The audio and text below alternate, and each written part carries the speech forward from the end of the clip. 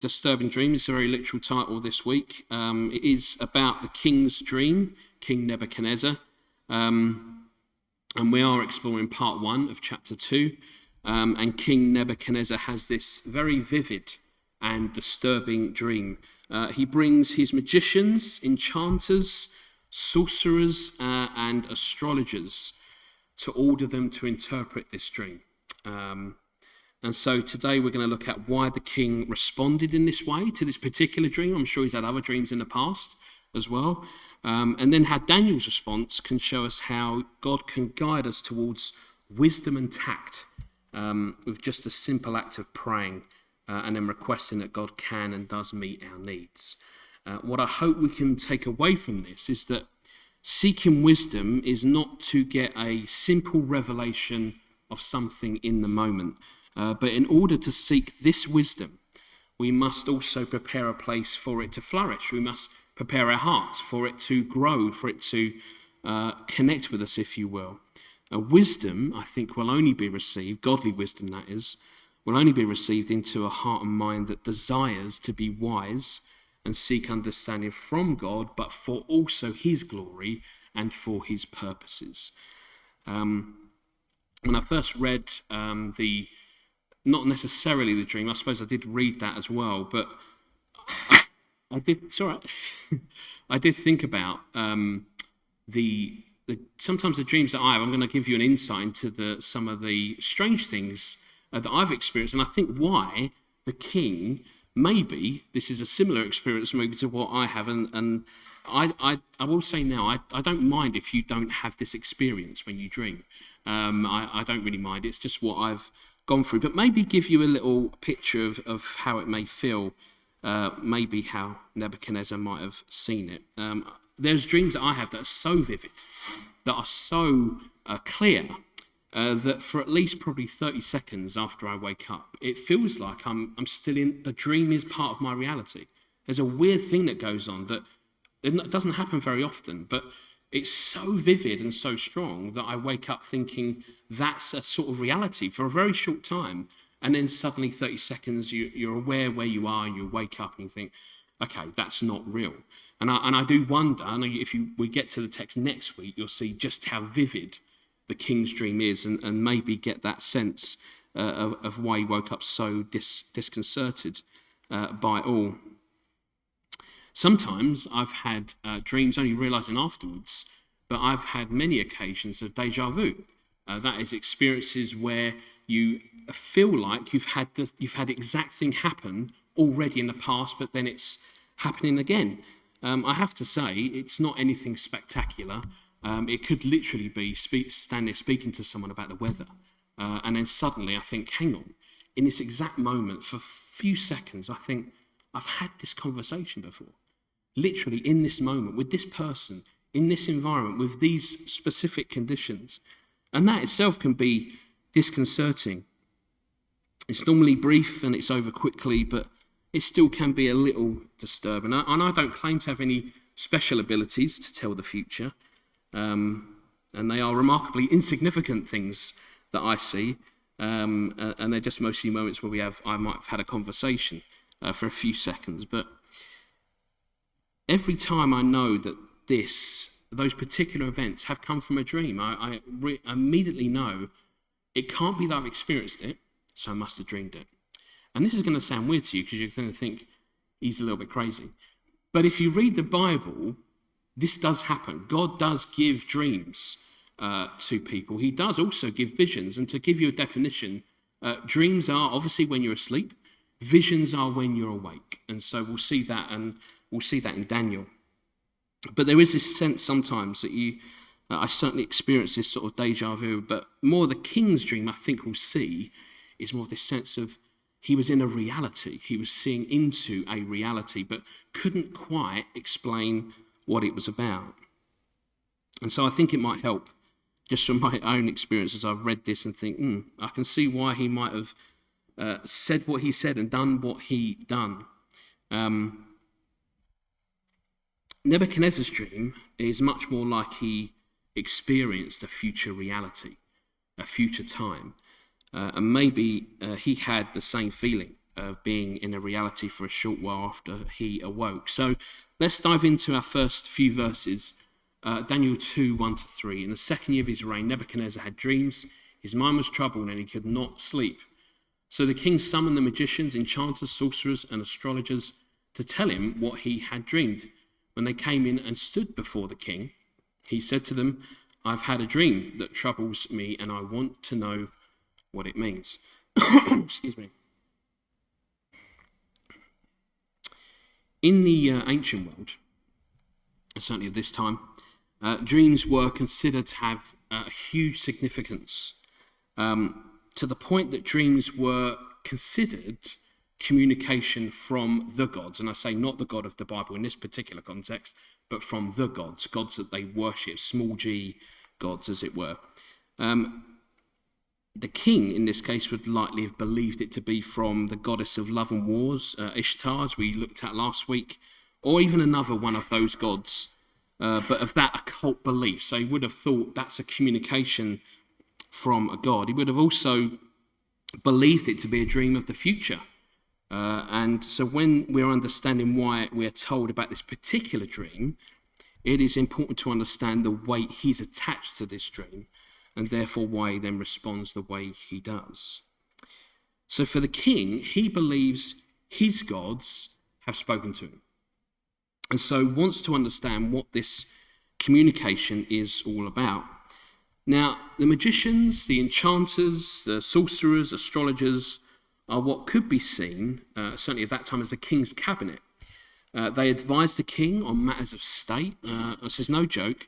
Magicians and enchanters advising the king what to do of issues of state. And thankfully, we don't have a government system that does such a thing today. But, sometimes you do wonder, maybe they do have a couple of people in government that are tapping into this stuff. But these advisors were part of this Babylonian system, religious system, and claimed they could predict the future. They gave them often pictures, as it were, or visions, I say in quotes, of the future. They were part of the occult, a system of supernatural beliefs and practices that were not rooted in any organized religion or even, at times, even science itself. And so we would have people that were talking about, claiming to know things when actually turns out they probably knew nothing. And on that basis, the king tells them not only to interpret the dream, but to tell him that what was in the dream. And some people have debated over this. They think maybe the reason why is he couldn't quite remember it, and that might be true also. But remember, the king has brought these people into his inner circle, advisors, because he is under the belief that they can tap into the occult, this world, spiritual world, as it were, this dark world, and bring out and know exactly what he actually dreamed. And now, if they can truly do that, of course, and have this power, then they would be able to tell the king the actual dream he had. And I think this, in a weird way, this did remind me of what I see more and more of events happening in pubs around this area, and a few others that I've seen, when I've seen events for clairvoyance and tarot card readings and all sorts of dangerous stuff like that. And I have to say, I've still not heard or found anyone that has been able to prove such abilities without having to have gained some information beforehand about the person, before they then reveal what is in their so-called future. There's a technical term for this in my industry, in cybersecurity. We call it social engineering, and that is that what you do is you ask a bunch of questions that sound really innocent, and you gain a load of information about the person. And this is similar to what they would do. They would then use that information to make it sound like they know something about you, when actually what they've done is that they've actually got the information from you first and read it back to you in a different way. You see, and that's mostly how they operate when they do these things. And so there are many charlatans out there. There's many con artists out there. But let me also say, and should give a warning, about those that can give insight into your future, claim to be clairvoyant or tarot card readers. If they can do that for real, there is one simple but disturbing explanation for it. They are dabbling in the occult practices and engaging with things that are otherworldly. It's probably not common that that would happen, but if they can do it without even asking you one single question, there is the likelihood they might be tapping into actually something that is not of this world, as it were. It's entirely possible for people to engage with demonic powers and spirits without fully understanding the consequences of their actions. And this stuff is addictive. This stuff is destructive. So what I want to tell you that I think the majority of them are con artists. I think they are con artists. They're spinning a yarn, as the saying goes. But there are some that are dabbling in powers that are dangerous to themselves and to those who put their trust in them. Leviticus 19 verse 31 says, "Do not turn to mediums or seek out spiritists, for you will be defiled by them. I am the Lord your God." Remember, we looked at stuff like this last week when we know where Daniel was rooted in terms of the law. He would be observing this straight away. He would know that these people exist. Galatians 5, 19 to 21 says the acts of their sinful nature are obvious: sexual immorality, impurity, debauchery, idolatry and witchcraft, hatred, discord, jealousy, fits of rage, selfish ambition, dissensions, factions, and envy, drunkenness, orgies, and the like. I warn you, as I did before, that those who live like this will not inherit the kingdom of God. Now, with maybe the exception of the astrologers that we read about, whose knowledge was maths and writings and the stars, the so-called enchanters and sorcerers are probably exposed here as charlatans as we continue to look into the next verses. Daniel 2, 4 to 12 says, "Then the astrologers answered the king in Aramaic," and so they're switching Hebrew to Aramaic, Aramaic to Hebrew. There's a switch later on as well. "O king, live forever. Tell your servants the dream, and we will interpret it." The king replied to the astrologers, "This is what I firmly decided. If you do not tell me what my dream was and interpret it, I will have you cut into pieces and your houses turned into piles of rubble. But if you tell me the dream and explain it, you'll receive from me gifts and rewards and great honor. So tell me the dream and interpret it for me." Once more they replied, "Let the king tell his servants the dream and we will interpret it." They won't give up. Then the king answered, "I am certain that you're trying to gain time because you realize that this is what I've firmly decided. If you do not tell me the dream, there's just one penalty for you. You have conspired to tell me misleading and wicked things, hoping the situation will change. So then tell me the dream, and I will know that you can interpret it for me." The astrologers answered the king, "There is not a man on earth who can do what the king asked. No king, however great and mighty, has ever asked such a thing of any magician or enchanter or astrologer. What the king asks is too difficult. No one can reveal it to the king except the gods, and they do not live among men." This made the king so angry and furious that he ordered the execution of all the wise men of Babylon. Yeah, sounds extreme, doesn't it? But I'm going to give some reasons to why this might have happened. The king here is actually only asking of them the things that they claimed that they could all do. He's not asking any extra of what they could do. Now, the request itself, they say no king's ever asked that. That is true. If they're saying that, I believe them. However, the power of which he's asked them to do it by is the power they claim to have already claimed to have. So it's not out of the realms of possibility that the king is asking something that's wildly impossible. These people made a living out of their so-called powers to contact gods and get secrets from the spiritual realm. Now, what the king then says is, if you cannot tell me my dream, then for all this time you have been misleading me about your abilities. You have been lying to me. And in fact, the punishment for his advisors, I think, is not so much about not being able to tell him the specific dream he had, rather that if they cannot tell him, then they have been deceiving him all this time. The punishment is in fact for their deception. And when you read about this, there are many people that say, well, he's probably doing that because he's just going down the other end of the spectrum and now he's just angry about this. But actually, he is having a revelation type moment where these liars are being exposed. And so he says, well, that means if you can't do that, you've been lying about all of this all along, which means all the advice you've given me is wrong. All the advice is just you making it up. You've been deceiving me. Now, I don't want to say I'm defending the king here, because this king is horrible, by the way. He has been allowed by God to rule over the people, but he is still a horrible king. But I think when I was looking at this, I want to clarify there is more reason to this than just saying he's lashing out. And so I think what he wants to do is he's coming to a more clarifying moment of what these people are actually doing, the people he's invited into his inner circle. Their admission from his advisors was that indeed only the gods could reveal such things, even if the mechanics maybe of who could actually do it was mainly incorrect. They referred to the gods that could do it, but the broad principle was an admission that only God could do such things. If you even just disregard the moment of they're talking about their own gods, they are making a broad claim that actually only God can do such things. And much like Paul said, you're kind of close when he went to Greece. He said, you're sort of there, but you still don't know the Christian God. You don't know the true God that rules over you. But their goal was to perhaps show the king that he was being unreasonable.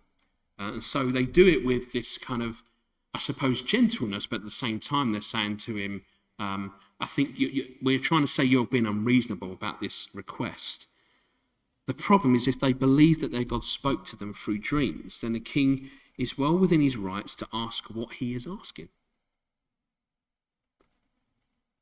And I think for this a saying comes to mind about these people. You've made your bed, now lie in it. They didn't want to lie in this bed. They hated this bed. They made this thing because actually it made them lots of money, gave them such influence among the nation because they had power around the king. And these advisors were certainly not willing to lie in this bed. But they were certainly willing to lie about the bed they'd made. They're trying to then now distract again from the king and say, oh no, we can do it, but technically we can't because actually what's happened is you've asked something that's never been asked before. This is where lying gets everybody. When someone asks something you haven't anticipated in a lie, it unravels very quickly. And for these guys, it unravels very, very quickly. So when their deception is discovered, the king orders the execution of all wise men. And again, I don't believe he's doing it solely for the reason of one dream, but it did serve the purpose of exposing them as charlatans, the people that claim to be wise, whilst then taking advantage of the king's ignorance. And so it continues, verse 13 to 18. So the decree was issued to put wise men to death. The men were sent to look for Daniel and his friends to put them to death. When Arioch, the commander of the king's guard, had gone out to put to death the wise men at Babylon, Daniel spoke to him with wisdom and tact. He asked the king's officer, why did the king issue such a harsh decree? Arioch then explained the matter to Daniel. This Daniel went into the king and asked for time so that he might interpret the dream for him. Then Daniel returned to his house and explained the matter to his friends, Hananiah, Mishael, and Azariah. He urged them to plead for mercy from God of heaven concerning this mystery, so that he and his friends might not be executed with the rest of the wise men of Babylon. So imagine the situation here. Daniel knows nothing of this situation. This is not like it's been advertised. This is only within the council of the king. He knows, and his friends know nothing about what the king has been asking. He was told about the king's request then, and when he asked about it, and now, through no fault of his own, and through many others, they faced death because a few were lying to the king. He speaks to the guard, it says, with wisdom and tact. And I think this is a really important point here. You remember in the previous chapter we did last week, God gives Daniel and his friends something of great importance. Daniel 1:17 says, to these four young men, God gave knowledge and understanding of all kinds of literature and learning. And Daniel could understand visions and dreams of all kinds. Now, what Daniel did not need to do was say to the God, hold on, let me just ask God what to say to you. There's an element here when you really go into the actions of Daniel, it's not going off on his own, but he is confident in his trust in God. And so the first thing he actually does ask the God, and he speaks to the God. This is the reason why he could, I think, engage with this so quickly, is because he is becoming ever wiser and more discerning. So what Daniel's doing is allowing God to mold his ability to be able to make wise choices on the basis of what he has discerned. Maybe an example here would help.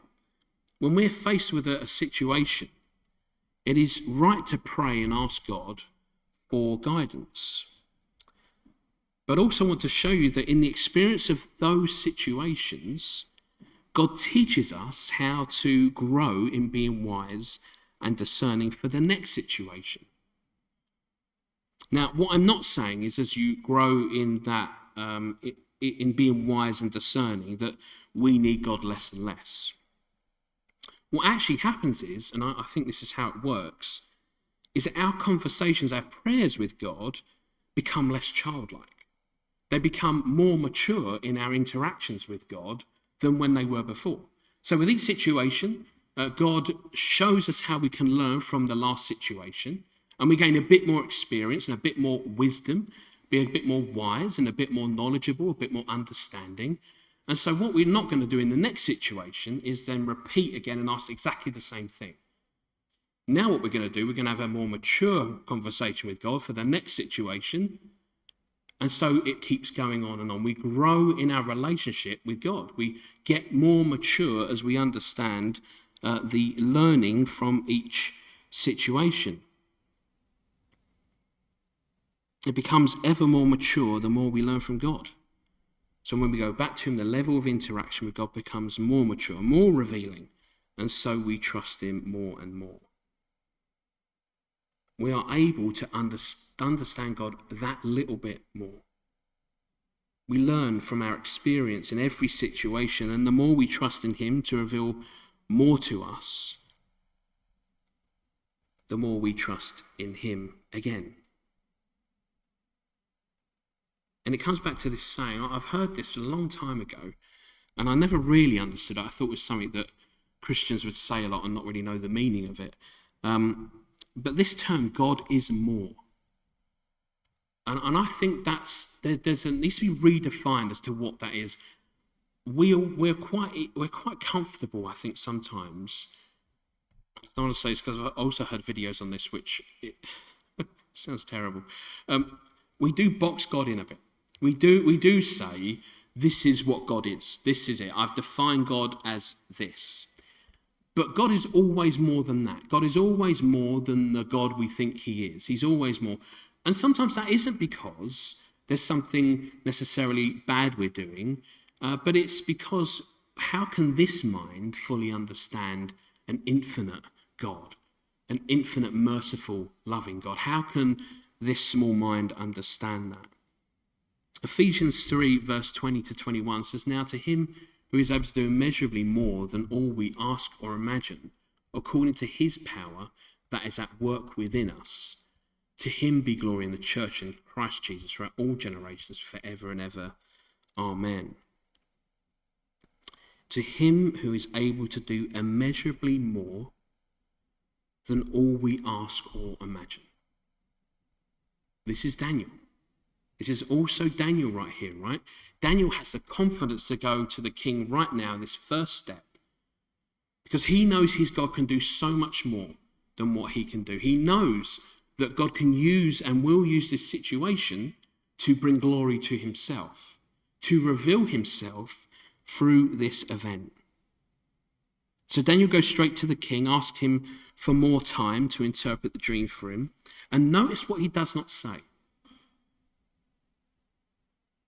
He does not say to see the dream and then interpret. He says, I will interpret the dream for you. The assumption being made is that he will definitely see the dream.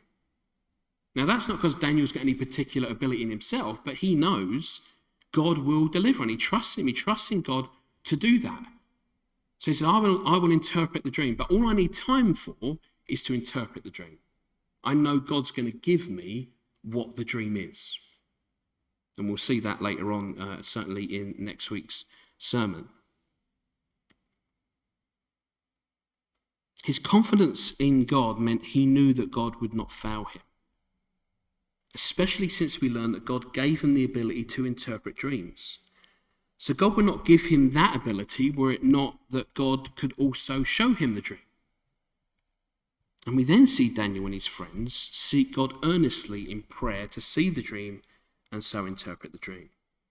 And I want to just show again this idea of maturing in wisdom and in experience. Daniel knows he's been given these abilities to interpret dreams and visions, but now he must use them.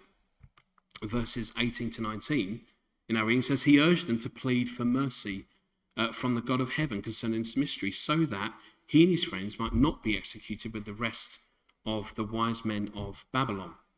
During the night, the mystery was revealed to Daniel in a vision. Then Daniel praised the God of heaven. So even though he has knowledge and this ability to interpret dreams and visions, his prayer to God is one of further acknowledgement that God is the only one that can reveal it. This given ability didn't puff up his ego. He didn't get proud because he has this ability. Didn't make him think it was his own ability, his own cleverness even. Rather that God would use him and this ability when God deemed it right to do so. He had confidence in all God could do and would do. And so what he's understanding is God's given me this knowledge and understanding and this ability. So there's going to be a reason. There's going to be a reason why I've got this. God's going to use it at some point. And yes, when we look at the prayer, or when the direction of the prayer, he does pray for his own life and his friends' lives too. But that's natural, right? We don't want to die unnecessarily. I mean, I'm sure Daniel would be open to it if it was the will of God. But also, he's saying, well, he definitely feels, senses, and probably knows through his trust in God that this is not the end of the journey for him, that there's more for him to do. So he prays, yes, for his own life, but I believe he wanted to be spared so that he would show the mercy and power of his God, his king, to the king. He knew he was going to be used as this way to show this amazing God that he trusts and believes in. Hebrews 4 verse 16 says, let us then approach the throne of grace with confidence so that we may receive mercy and find grace to help us in our time of need. Daniel's doing this. This is what he's doing. But not just for himself, primarily, he knows. I think I can read this and see that he knows he wants to do it to serve God. He knows God can use him to speak to the king. And so it continues, Daniel 2, 20 to 23, and said, praise be to the name of God forever and ever. Wisdom and power are his. He changes times and seasons. He sets up kings and deposes them. He gives them wisdom. He gives wisdom to the wise and knowledge to the discerning. He reveals deep and hidden things. He knows what lies in darkness, and light dwells with him. I thank and praise you, O God of my fathers. You've given me wisdom and power. You've made known to me what we asked of you. You have made known to us the dream of the king.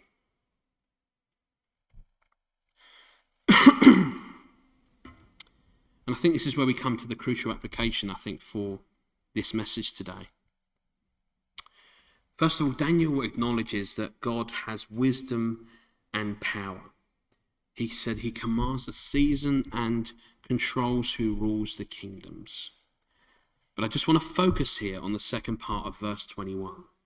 He gives wisdom to the wise and knowledge to the discerning. And when you just really think about this statement here, wisdom is not given just simply because he bestows it upon a person. Wisdom is given, says, to the wise. So Daniel is wise. Knowledge, says, is given to the discerning, the understanding, as it were. So there is a thing that needs to be done here in order to understand how God gives us wisdom and how we should receive it. Daniel was wise enough to trust God and discerning or understanding enough to be granted knowledge from God. I could have included in here, I don't know how many verses from Proverbs about wisdom. And if you've ever read Proverbs even a bit, there is so much about wisdom within that. And I couldn't include that many. But even when you read that and you see this as well, this wisdom, this godly wisdom, it's not a magic trick. It's not a magic trick. It's not what those so-called wise men were trying to do and failing at. They don't have any wisdom. They have earthly, worldly wisdom, but it's flawed. It's pointless. They had no connection to godly wisdom because they were, as the text says, not wise. They had no knowledge from God because they did not desire to understand.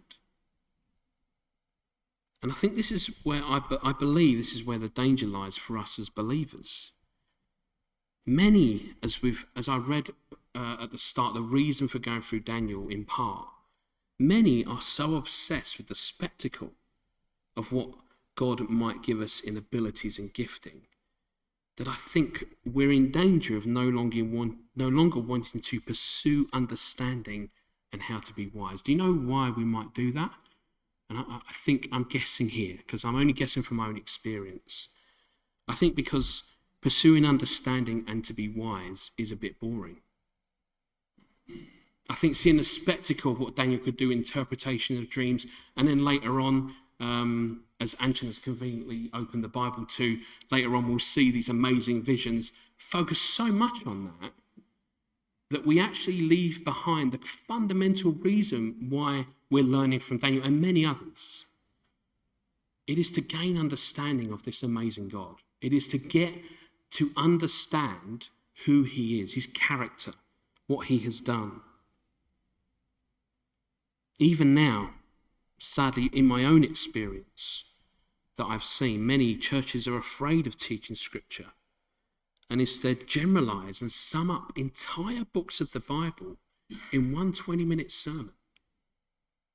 We're on a dangerous road, church. Dangerous road where we're falling to trying to keep people enticed. So we take the book of Job and we try to sum it up in one 20-minute session. Have you seen how big the book of Job is? Have you seen that there's not one lesson in there? There's multiple life applications for a Christian in that book. And I think what we're getting worried about is losing people. We're getting worried too much about people walking out the door because we're asking them to use their brains. We shouldn't be worried about that. If people leave because they're being challenged too much by having to think about things, God bless. I really hope you come back. I really hope that you come back and learn more about this amazing God. But I don't think it's going to do you any good to find a place where you can just find some light touch scripture, light touch learning. This whole life as a Christian is learning. You will walk this Christian life learning every day about yourself, about the further depths we can go to be sinful. But then understanding this gracious, merciful, loving God who is unlimited in power, unlimited in grace, unlimited in mercy. But Christianity is not a litany of clever sayings. It's not neat cliches that fit into a convenient life lesson. The Bible is a book to be carefully thought through. It is to be carefully applied with context, relevance, and dare I say, knowledge and understanding. And I think this is where we come back to our point about wisdom. Only then can we even ask God for wisdom. Because our intention, if we want to understand God, guess what the gift is? The gift is wisdom. You can't just simply ask for that just because you want some wisdom. We're going to have to learn about this amazing God. We're going to have to dive into the scripture. Learn about his amazing character, which is just so vast you won't know in this lifetime. But that should also spur you on. That this book will never end. This lesson will never get boring. We might go through Daniel in about 2 years' time, and it'll be an entirely different set of sermons. Because there's always something new in the scriptures that we've missed. But if you want to hear from God, we must trust in God. To trust in God is to be prepared to be diligent and determined to learn more about him. That is the only way Daniel knew. He was trusting in him, and then he was going back to him. Trusting in him, stepping out a bit further, and then going back to him. But every time his relationship with God is maturing, he's growing up, he's becoming more mature in the faith. And this is the home I'm talking about that we need to make for that godly wisdom to flourish. If you want wisdom from God, we need to prepare this place in our heart and our mind so that we can have this wisdom grow, this wisdom teach us and learn from it. A heart and mind that seeks to grow in understanding of God and become wise through the knowledge of God. And then truly come to know his love for us through the work of Jesus Christ.